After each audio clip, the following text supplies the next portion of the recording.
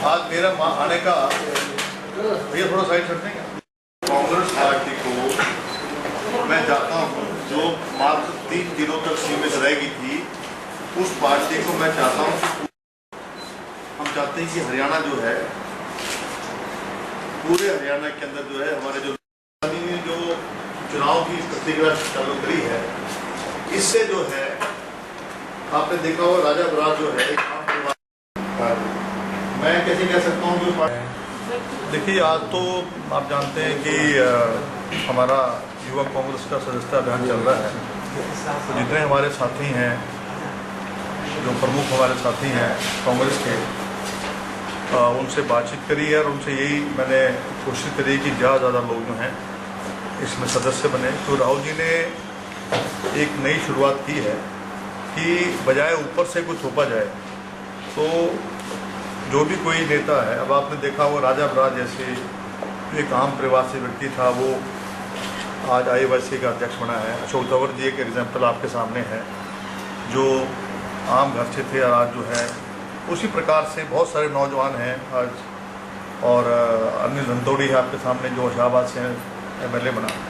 तो हमारा ये कहना है कि राहुल जी का मकसद केवल एक यही है कि जो व्यक्ति मेहनत करेगा, जो व्यक्ति फील्ड में रहेगा और जो दुख सुख में लोगों के बीच में रहेगा, तो वो ज़्यादा मेहनत बना पाएगा। इसलिए जो है इलेक्शन दोबारा जो है, जो आपका प्रेसिडेंट है उसको बनाया जाएगा। तो हम चाह रहे हैं कि जो कांग्रेस जो है, जो केवल 3 जिलों में जाकर सिकुड़ गई थी, हम चाह रहे हैं कि मेरा उद्देश्य कुछ नहीं है, मेरा उद्देश्य केवल ये है कि कांग्रेस को हम मजबूत बनाएं, विशेष तौर पे नॉर्थ हरियाणा और साउथ हरियाणा में, जहाँ पर हमारी बहुत कम सीटें आई। अब देखा होगा सुपड़ा साफ हो गया था हमारा। तो हम ये चाह रहे हैं कि कम से कम जो एरिया हमारे कमज़ोर थे, उन एरिया को और मजबूती देने के लिए हम नौजवानों को साथ जोड़ रहे हैं। और आप जानकर आपको बड़ी खुशी होगी कि बहुत सारे नौजवान जो हैं वो हमारे साथ जुड़े हैं इससे। और मैं समझता हूँ कि ये अच्छे संदेश रहेगा कि अगर मैक्सिमम हमारे मेंबर्स बनते हैं, तो राहुल जी जो एक सपना था कि कांग्रेस जो है वो एक मजबूत हो गए बने, और सोनिया जी जो हैं उनका भी यही कहना है कि हम ग्रास रूट लेवल पर जब तक हम नहीं जाएंगे, तब तक कांग्रेस मजबूत नहीं हो सकती। सर, जो राज्यसभा इलेक्शन हुए अभी हाल ही में हुए, तो उसमें हुड्डा जी पर आरोप लग रहे हैं कि वो बैकफुट पर नजर आए। देखिए ऐसा है, मैं उनके बारे में कोई बात नहीं कहना चाहूँगा। मैं केवल एक बात कहना चाहूँगा कि हमारी पार्टी ने इसके लिए इंक्वायरी की मांग करी, FIR दर्ज करने की मांग करी है। क्योंकि देखिए जो रिटर्निंग ऑफिसर जो था, वो उसकी मिली भगत के बगैर जब हमारे विधायक गए तो सबके पेन चेक करेंगे। जो व्यक्ति असीम गोयल है, उसने करीबन 40 से 45 सेकंड वहाँ लगाए, और उनके जाने के बाद पेन जो है वो बदला हुआ मिला। जितने हमारे विधायक हैं जिन्होंने लकीर लगाई, RK आनंद के सामने लगाई है, और आप जानते हैं पर्पल और ब्लू कलर में अगर आप कमरे में देखेंगे तो खास डिफरेंस पता नहीं लगता है। तो हरि प्रसाद जी जो हमारे ऑब्जर्वर से बाकायदा उन्होंने देखा है कि इसका मतलब जो है एक बहुत बड़ी कॉन्स्पिरेसी थी और लोकतंत्र की हत्या हुई है। और मैं समझता हूँ कि इलेक्शन कमीशन ये इतिहास अगर बना सकता है अगर इस इलेक्शन को कैंसिल कर दे, वरना अगर हम कोर्ट में जाते हैं तो एक बहुत लंबी प्रतिक्रिया होगी, उसमें 2-3 साल लग जाएंगे।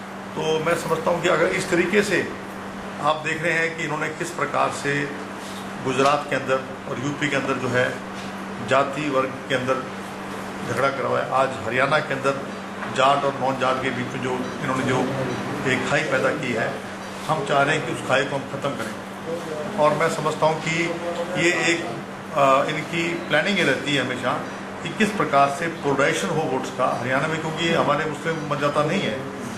तो इन्होंने सोचा भी कि आप गैर जाट और जाटों के बीच में जो भाईचारा था हमारा, अगर आप देखेंगे अजगर के नाम से चौधरी चरण सिंह जी जो हैं पहली दफ़ा मुख्यमंत्री बने थे यूपी के, जिसमें अहीर, गुजर और जाट और राजपूत। तो मेरा ये कहना है कि जो हमारा भाईचारा था वर्षों का, उसको ख़राब करने में इन्होंने कसर छोड़ी नहीं है। इनके खुद के जो विधायक हैं और इनके जो 2 MP हैं, अश्विनी कुमार और आपके राजकुमार सैनी और रणधीर कापरीवास, वो स्वयं कह रहे हैं कि इनके 2 मंत्रियों का हाथ है। तो प्रकाश सिंह पहल ने उसकी जो है क्यों नहीं उसकी कार्रवाई की। दूसरा, हम जाटों से मेरे सबसे अच्छे दोस्त अगर कोई जाटों में है तो निर्मल सिंह मेरा दोस्त है, और रणदीप अपने सुरजेवाला जी मेरे गुरु हैं जो मुझे राजनीति में लेके आए थे। इंद्रपाल मान मेरे बहुत अच्छे मित्र, अपने छतरपाल सिंह मेरा बड़ा अच्छा मित्र है, जयपाल मान जी हमारे अच्छे मित्र हैं, और अनेकों में आपको उदाहरण दे सकता हूँ। जयप्रकाश जैसे है, सबसे हमारी दोस्ती है। हम ये चाह रहे हैं कि भाजपा का जो षड्यंत्र है उनने जो है जाटों को भी जो है गुमराह किया। अब आप देखिए क्लास 1-2 के अंदर तो उन्होंने जो है गड़बड़ कर दी। जब क्लास 3-4 के अंदर उन्होंने आरक्षण अलग से दे दिया जाट भाइयों को, 10% दिया है, तो क्लास 1-2 में कम क्यों कर दिया, इसका उत्तर दे दें। और यशपाल मलिक को दर्जा क्यों दे रहे हैं, जब हवा सिंह सांगवान और जो खाप हैं जिनको सभी मानते हैं, आज उनसे बातचीत क्यों नहीं कर रहे। केवल मकसद ये है कि यूपी में उनको जो है एक प्रोजेक्ट करके इसमें भी राजनीति की जा रही है, केवल उनसे बात करी, हवा सिंह सांगवान से क्यों नहीं बात की इन लोगों ने। तो मेरा ये कहना है कि हमारा जो भाईचारा है उसको हम बनाना चाहते हैं, बिगाड़ना नहीं चाहते। यशपाल मलिक की गिरफ्तारी क्यों नहीं करी सरकार, कहीं ना कहीं ढुलमुल रवैया है, इसका जवाब जबकि देशद्रोह का मामला दर्ज उसके खिलाफ। सरकार उससे बातचीत करती है, इसी ज़्यादा बड़ी बात क्या हो सकती है। आप हवा सिंह सांगवान जी हैं, उनसे बात क्यों नहीं करते। हरियाणा के जो हमारे खाप हैं उनके प्रतिनिधियों से बात क्यों नहीं करते। यूपी इलेक्शन में फायदा लेना चाह रहे हैं, वोट की राजनीति, केवल वोट की राजनीति है। अभी कल जो है वो परसेंटेज लगा रहे थे, वो भी एक ड्रामा है। ये सब ड्रामा है दिखाने में कि मैं खिलाफ हूँ बीजेपी के, लेकिन ये एक सुनियोजित तरीके से ये दोनों जो है भाजपा और आरएसएस का एजेंडा ये रहा है हमेशा कि किसी प्रकार से प्रदेश में और जो देश के अंदर माहौल खराब हो, भाईचारा खराब हो, कभी धर्म के नाम से, कभी जाति के नाम से लोगों को बांटते रहे। ठीक है सर।